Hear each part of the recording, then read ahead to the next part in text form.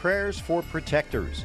The Blue Mass honors law enforcers at a time when some are mistrusted. ISIS on American soil? The Islamic State takes responsibility for a Texas shooting. Drama on the high seas. Migrants escape a sinking rubber boat, scrambling up ropes to a rescue ship. I am a candidate for President of the United States of America. And Huckabee's hat's in. The outspoken Christian conservative starts another run for the White House. Those stories and more on EWTN News Nightly for Tuesday, May 5th, 2015.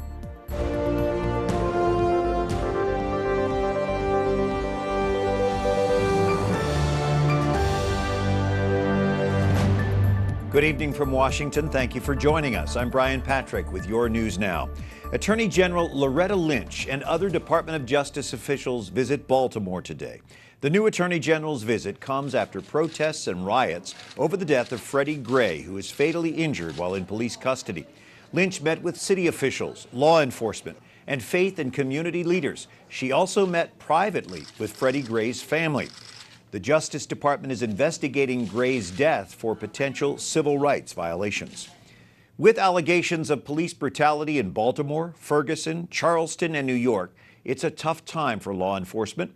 But today, those who serve and protect are honored with a special mass in our nation's capital. Jason Calvi was there. The blue mass gets its name from the color often worn by police.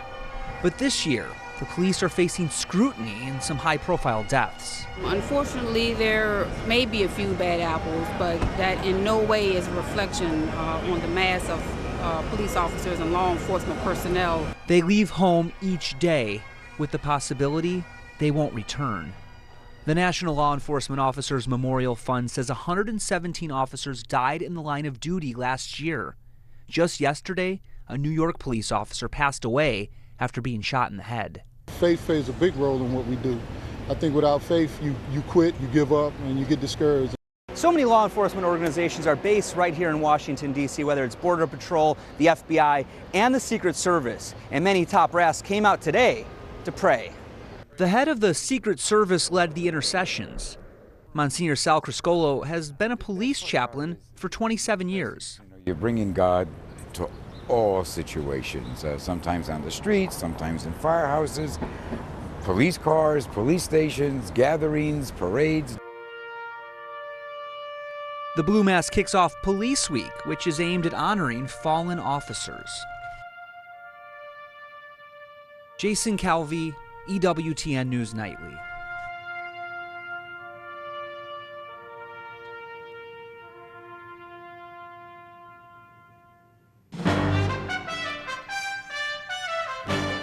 Some of the other stories our EWTN News Nightly team has been covering in today's world. The White House says it is too early to confirm ISIS' claim of responsibility for a shooting near Dallas Sunday. The terrorist group says it's behind an attempted ambush of a Muhammad cartoon competition and warns of more attacks to come. Wyatt Goolsby is here now with the latest. Brian, the Islamic State, or ISIS, is not only taking credit, they're also calling the two dead gunmen warriors for their so-called caliphate. Meanwhile, both the FBI and investigators in Texas are trying to figure out as much as they can about the two gunmen. 2 days after a foiled shooting plot in the Dallas suburb of Garland, investigators are searching for clues about the gunmen, Elton Simpson and Nadir Sufi. Police say the two were heavily armed when they pulled up to a convention center Sunday, saw a police officer, and opened fire. The officer killed both suspects. He did what he was trained to do, and under the fire that he was put under, he did a very good job. Now federal agents are searching a van and apartment complex in Phoenix where Simpson lived. In 2011, he was found guilty for lying about his plans to travel overseas to engage in jihad, or Islamic holy war. Simpson's former attorney is speculating about his involvement. I believe that perhaps he might have just snapped when he heard about the cartoon contest. It certainly was a provocative, if not completely provocative event. Some critics claim the contest, which depicted Muhammad in art, was designed to taunt Muslims. Members of the Muslim community in Texas say violence is not the answer. Let there be no doubt. These actions are not done in my name or in the name of millions of law-abiding Muslim Americans across our great nation. A message Muslims hope will reach Americans across the country. Wyatt Goolsby, EWTN News Nightly. Thanks, Wyatt. It's good to have Samuel Tadros, Senior Fellow at the Center for Religious Freedom at Hudson Institute, with us. And Samuel, ISIS has claimed responsibility for this attack in Texas. How do we know the Islamic State was really behind this? Well, we certainly don't know at the moment. We've had incidents in the past where ISIS would claim such an attack, while it ends up being that Al-Qaeda is the one that has done this attack, conducted this attack. This is very important for ISIS. ISIS realizes that it's important to be out there claiming those attacks in order to reinforce the brand. As it is facing setbacks on the ground in Iraq, it's important for them to project this image of the ability to conduct attacks, even in the United States, even in a place like Texas. And isn't the root of terrorism instilling fear in people? Certainly it is. ISIS is both a state in the sense of it controls territory in a particular piece of land in Iraq and Syria, but it's also an international brand now. We have organizations all across the globe. We're talking about groups inside Egypt, in Libya, in Afghanistan, Boko Haram, in Nigeria, that have given their allegiance to the ISIS caliph, and now it has become really an organization with branches all over the world, people willing to conduct those attacks. How has it been able to grow so strong, so rapidly, and how can we prevent that from happening on U.S. soil? Well, it has grown into a vacuum. The U.S. withdrawal from Iraq has allowed those groups to grow uncontested. They are certainly unhappy with the Iraqi government, the conduct of Shia majoritism in Iraq that has excluded Sunnis from any decision-making, while it found the golden opportunity in the civil war going on in Syria. Until Syria happened, ISIS was a local phenomenon inside Iraq. Once you get Syria into the mix, once you get all those jihadis coming from all over the world to fight in Syria, then ISIS is transformed into an actual state, actual territory, and its growth is there. How can we prevent it? It's pretty hard to prevent all forms of attacks. You have crazy people everywhere that are willing, that are believers in this ideology, and that are willing to conduct those attacks. So it takes a lot of monitoring to prevent them. It takes fighting the ideology itself, attempting to stop people from adhering to those beliefs. But you don't want to invite these attacks either. There's a comparison being made between this Texas situation and the Charlie Hebdo in Paris. Talk about that very briefly. Well, in both cases, the religious sensibilities of some Muslims has been offended by whether it's the caricatures of the newspaper in France or of this attempt to draw a caricature of the Prophet in Texas. But it's very important here for us to highlight that those offended are not all Muslims, i.e., in Islamic history, there has been portrayal of the Prophet before. Shia Islam allows it. Even in Sunni Islam, you've had incidents in the past where you had drawing in of the Prophet, of various members of the Prophet's household. So for those familiar and interested with Islamic art, these things have been done in the past. We don't need to legitimize those crazies, those people, the terrorists that are attacking us, by claiming that their point of view is representative of what is true Islam or legitimate Islam. Very important point. Samuel Tadros with the Center for Religious Freedom at the Hudson Institute. Thanks for being with us. My pleasure. Thank you. Turning to politics now, former Governor Mike Huckabee declares his candidacy for president this morning in his hometown of Hope, Arkansas. The conservative ordained Baptist minister pitches himself as the best Republican to take on Democrat Hillary Clinton.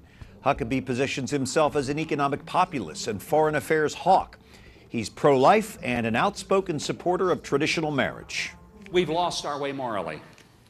We've witnessed the slaughter of over 55 million babies in the name of choice.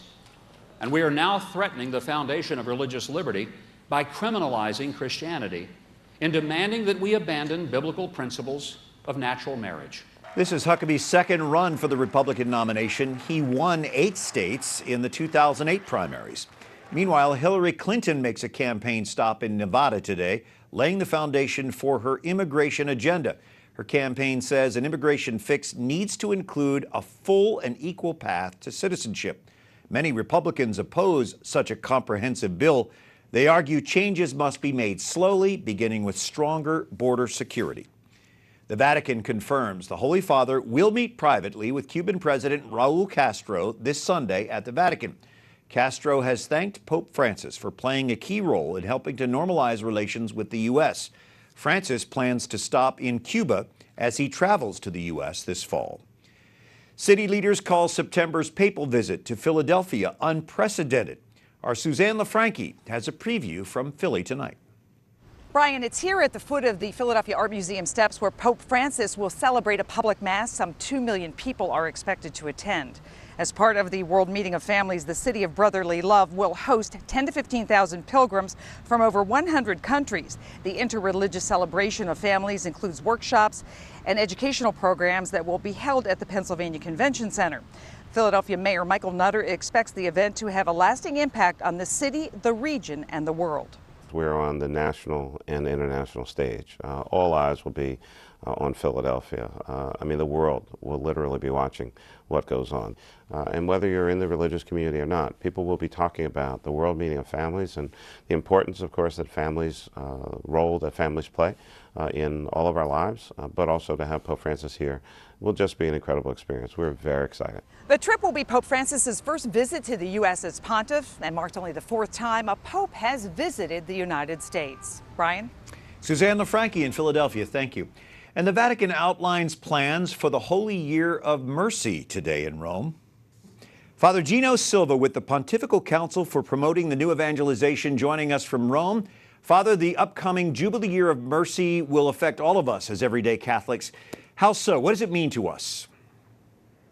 Well, first of all, thanks for having me on today, Brian. This is an exciting day. At the Vatican, we had the official press conference today, which detailed all of the different initiatives for this Jubilee of Mercy. And this time of grace, this Holy Year of Mercy, will certainly change all of our lives. The Holy Father is inviting all of us to focus on the mercy of God, which is the very center content of our faith.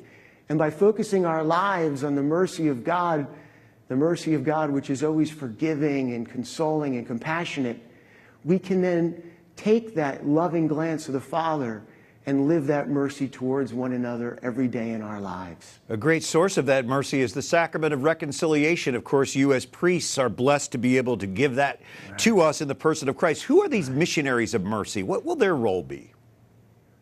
Well, the Missionaries of Mercy is an initiative of the Holy Father to really place once again the sacrament of reconciliation in the center of the pastoral life of the Church, to highlight the importance of this sacrament of grace, which is of healing and forgiveness and mercy.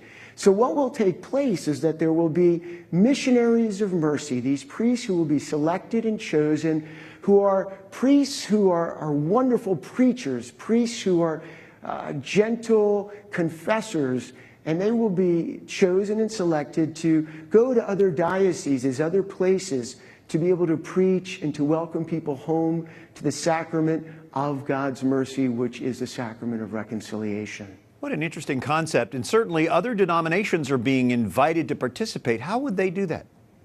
Well, other denominations are invited to come and to be a part of the pilgrimage of this holy year. And one of the initiatives, again, for other Christians is we will be distributing the Gospel of Luke to everyone who will be making a pilgrimage here to Rome during the holy year. So again, the Word of God, which unites us, will be shared with everyone. And again, the reason that the Gospel of Luke will be distributed, because that will be the ordinary reading, Gospel readings during the time of the Jubilee. And it's also providential because the evangelist Luke is often referred to as the evangelist of mercy himself.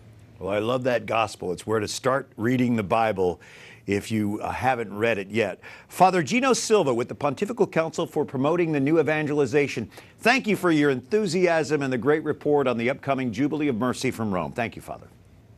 Thank you very much, Brian. Coming up, a UN commission fails to adopt a resolution on population control. And dozens more may have drowned, but these migrants were blessed to survive the sinking of their rubber boat.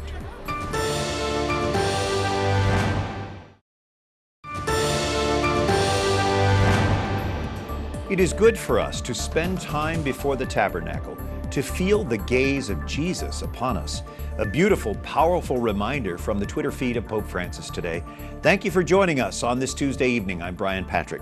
Well, after weeks of negotiations over reproductive rights and sex education language, a UN commission recently failed to adopt a resolution. Some nations wanted to expand reproductive rights, others wanted them restricted. Catherine Szeltner spoke earlier with the World Youth Alliance, a UN watchdog group promoting the dignity of the human person. Nadia Wolf is an advocacy fellow at World Youth Alliance, a UN watchdog group that promotes human dignity. Nadia, is no resolution a good thing? What does World Youth Alliance make of it? Well, it's about the best that we could hope for given the text that we had. So we're very glad that some nations stood up for human dignity and against the progressive agendas that some countries are promoting. So there are no reproductive rights in international law. So why is population control being worked into United Nations language? Well, some countries have this idea that people are a problem, and so we'll solve the problem of people in poverty by making fewer people rather than by reducing poverty. And Nadia, you have a special insight working at World Youth Alliance. Can you share which nations are really pushing for population control and which ones are the main ones that are resisting it? The ones pushing are really the wealthier developed countries. A lot of European countries, we see the Netherlands has actually a youth ambassador on sexual and reproductive rights, which is very unusual. And then, of course, wealthy donor countries like the US, Canada, Belgium, France, Germany, they all have this strong agenda that there should be fewer people in poor countries. And of course, they're all experiencing demographic winter. Nadia Wolf, thank you for your insight from World Youth Alliance in New York. Thank you. Thank you. Thank you for having me. Nadia and Catherine, thanks. Watch this dramatic video from a rescue in the Mediterranean Sea. Migrants on a sinking rubber boat desperately climb up ropes and a ladder from a cargo ship that came to their rescue. 5 bodies were recovered and brought ashore today to the port of Catania, Sicily, along with the survivors. The relief group Save the Children says survivors reported dozens of people died Sunday trying to cross the Mediterranean from Libya to Sicily. More than 600 migrants from Ghana, Nigeria, and Gambia arrived in the southern Italian port of Salerno. They were rescued by the Italian Navy this past weekend. Many have scabies, so white overalls were distributed to avoid spreading that disease. Authorities say only a few will stay in Salerno, while others will go to different regions of Italy. Students across America say thank you to their teachers on this National Teacher Appreciation Day. Rodney Pierre-Antoine, the director of Notre Dame ACE Academies. The ACE program tries to strengthen and transform Catholic education. Rodney, what makes Catholic education Catholic? Catholic educators are about the holistic formation of each child, beginning with the animating principle that God is in all things and that their objective is to make God known, loved, and served. So we look to ultimately form our students to make it to college and heaven. And quickly, how does ACE Academies form these good teachers? Well, we come from the premise of 3 principles: professional development, community building, and faith formation opportunities for them to grow in mind, body, and spirit as educators to then be able to support the needs of their students in the classroom setting. How can we as parents and just citizens support teachers in their work, especially in Catholic education? Well, we need to recognize that teachers in Catholic schools make a sacrifice. They're sacrificing pay for mission. They are missionary disciples. And to Sunday's gospel where Jesus said, I am the true vine and my Father is a vine grower. He takes away every branch that doesn't bear fruit, and every one that does, he prunes and it bears more fruit. Our teachers in Catholic schools are out to bear fruit, to bear witness to God's love, so that all the students that they serve come to know and love and serve God each and every day. There are so many other professions where people make more money and get more famous, but isn't teaching really a key to society? Absolutely. We have to form individuals who will contribute to society, and that's what's central in our mission. Our mission is to instill in students the values of love and service of neighbor, first and foremost, always. Well, we appreciate our great teachers. Rodney Pierre-Antoine, Notre Dame ACE Academies, thank you so much for being with us tonight. Thanks for having me, Brian. Up next, minors are recruited for a controversial abortion study. And remembering the British ocean liner Lusitania 100 years after she was sunk by a torpedo.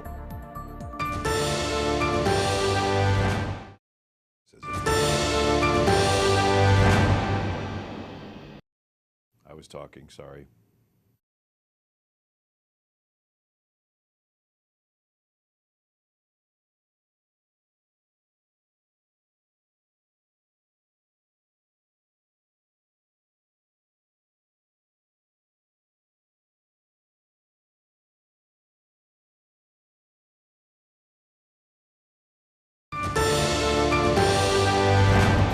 On this Tuesday, the 5th of May, a Tuesday tip from EWTN foundress Mother Angelica.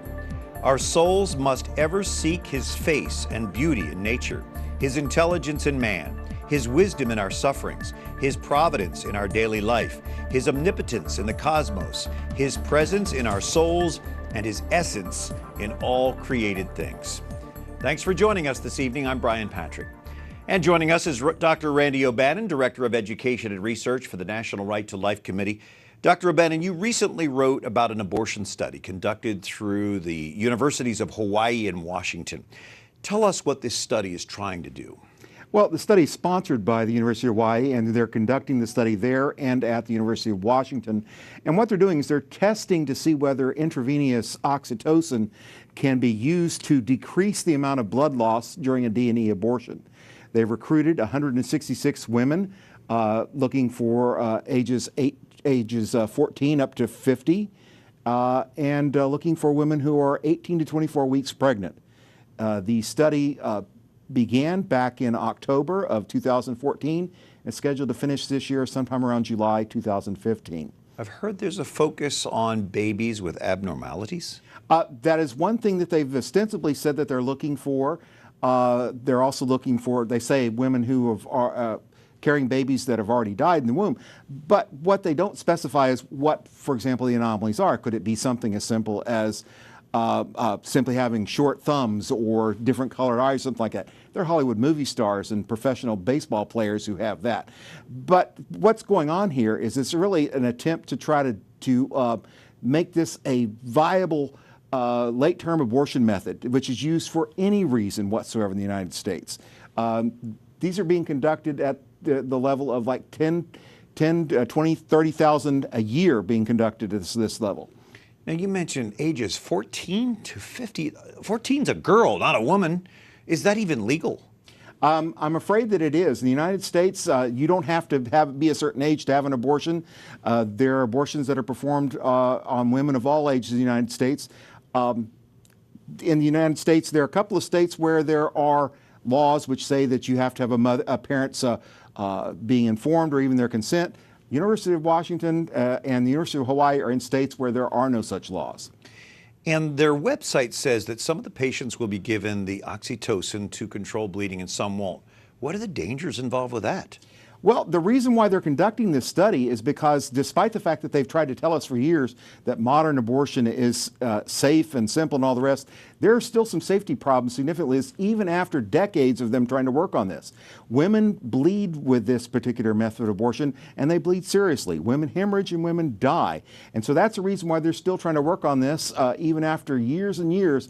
And there is still a safety issue with this method of abortion. Of course, the fundamental safety issue is the fact that every time they do these abortions, a baby dies. Very troubling. Dr. Randall O'Bannon with the National Right to Life Committee. Thank you for bringing it to our attention tonight. Thank you, Brian. Well, at the beginning of the 20th century, the Lusitania was one of the fastest and most luxurious ships on the sea. First-class passengers enjoyed plush sleeping quarters and sumptuous dining rooms. But her life was cut short 100 years ago this week. On May 7, 1915, she was torpedoed by a German U-boat off the coast of Ireland. Nearly 1,200 people died as the Lusitania sank in just 20 minutes. The tragedy is still felt to this day in the British city of Liverpool. Liverpool was very much the home of Lusitania. She was here regularly at the landing stage. She was a Cunard ship. Cunard was here in the city, and the majority of the crew on board were from Liverpool or the surrounding area, so there was that emotional connection to the ship. as well as that physical connection. Of the 1,191 lives lost, 128 were American, eventually drawing the U.S. into World War I, which was to be the war to end all wars. Until tomorrow, I'm Brian Patrick for the EWTN News Nightly team. Good night and God bless you.